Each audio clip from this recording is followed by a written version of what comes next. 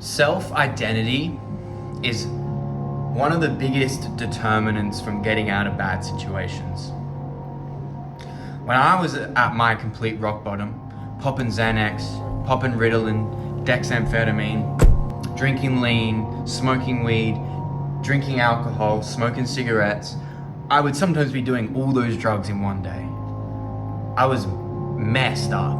I've never been so low in my life, and I had to lose my business, lose my health, and feel like I nearly came to the verge of death to get out of that situation. But some people do die. Some people do lose their life. So what stopped me from becoming one of those people? What stopped me from becoming somebody who lost my life? Because I certainly felt close. I would say the biggest thing was self-identity. I grew up with good parents. And I think that was a big thing inside of me where I got to such a low in my life, started having seizures from withdrawals from these drugs. And I just realized, this isn't who I was meant to be. This isn't who my parents set out for me to be. This isn't what I was meant to be doing. It was that self-identity, call it ego, where everything cracked. I realized that I was so far below who I was supposed to be as an individual. And that was enough for me to never touch those drugs again, for me to never go back to that lifestyle, for me to be completely uninterested in it, to completely 180 my life and transform it and slowly build it back up to the point where I could never be anywhere close to that level of addiction, to that level of depression, to that level of being somebody who isn't me internally. So what do we do though if our inherent self-identity isn't strong to begin with? Maybe you didn't grow up with good parents. Maybe your parents were junkies, or maybe you didn't have parents. Maybe your upbringing was, maybe your parents were rich, but they were abusive. There's so many reasons for people to have a self-identity which is that of a peasant, which is that of someone who has no morals, has no self-respect, has no interest in his health, in his wealth creation. So how do we build our self-identity into someone like that? And you need to, first of all, if you are someone who hasn't been gifted with a strong self-identity for whatever reason, you need to identify it. You need to understand it. Hopefully this video can help you realize that, I don't have a strong self-identity to begin with. Identify it first. Now, if you do, then good. You might hit some lows in your life. You might go low in your life. But luckily, you have been gifted a strong self-identity, and that is what's going to take you out of it, because you're going to realize that you're meant for more. But for the people who do not have a strong self-identity, you need to understand that the best way to build it is through really strong and positive influences, really strong and positive mentors, whether they know you or not. So the first step really is to start building that self-identity up by consuming podcasts and listening to people online that you want to be like. Let them feed your self-identity.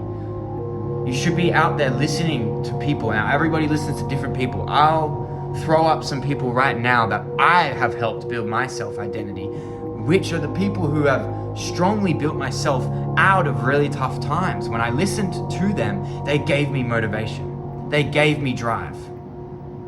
Naval Ravikant. This is one person who is incredible. Tech entrepreneur, made heaps of money, but now that he's made all the wealth, he's also become kind of a philosopher.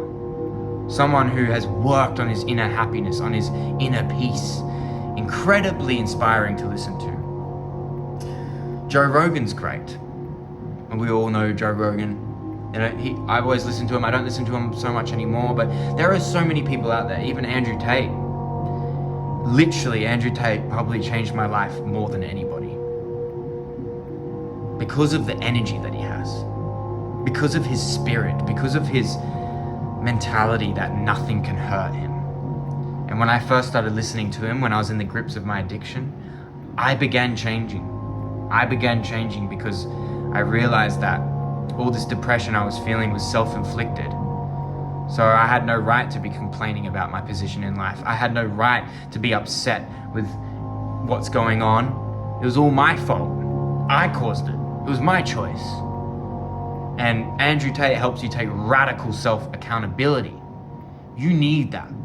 You need to take self-accountability to be in the position you want to be in life. You need to take self-accountability to be out of the bad position that you're in. Start building up a list of positive influences that you listen to if you have low self-identity. And eventually, over time, you're going to start thinking differently. You're going to start unconsciously, subconsciously programming yourself in a positive way. Because we all listen to shit. We all watch social media. We're all addicted to our phones.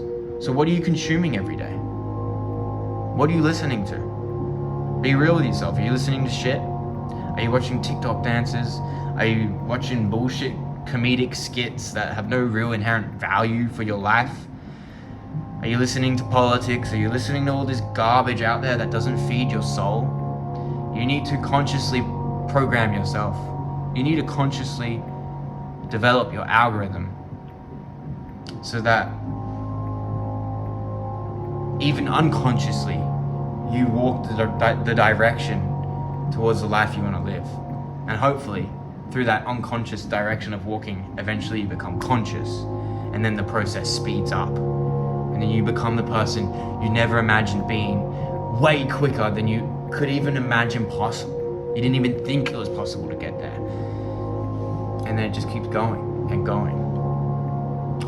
It's truly unbelievable at how amazing life can be.